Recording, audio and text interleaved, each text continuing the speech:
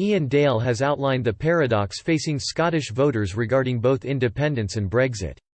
Mr Dale analysed the options Scottish voters have and labelled the SNP's wish to stay in the EU, but be independent from the UK as odd. Mr Dale told Express that 85% of Scotland's trade is between Northern Ireland, Wales and England.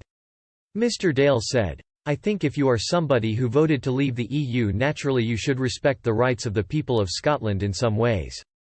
Just as if you are a supporter of the SNP, to my mind you ought to be a supporter of leaving the EU, but they are not, far from it. They believe that they would be economically better off by leaving the single market of the United Kingdom and not the single market of the EU. Bear in mind that 85% of Scottish trade goes to England, Wales and Northern Ireland. That is a pretty odd way to react."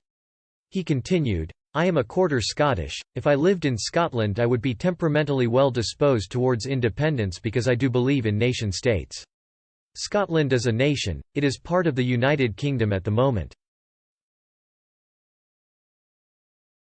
I am kind of split because I can understand the emotional argument for going independent."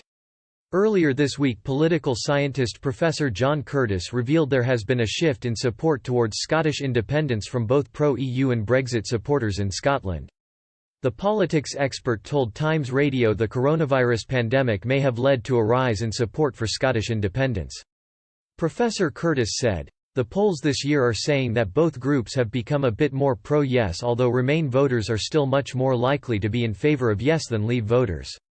Leave voters are now switching to some degree. It is no longer obvious whether this most recent increase is to do with Brexit as opposed to something else. The most obvious something else is of course coronavirus." He continued, "It is probably true that more people across the whole of the UK, not least England, now realise that quite a lot of life in Scotland, Wales and Northern Ireland is not run by the UK government in London. It is run by the developed administrations. Health and public health are all devolved responsibilities. Those devolved responsibilities have been exercised fundamentally for everyday life for people in Scotland.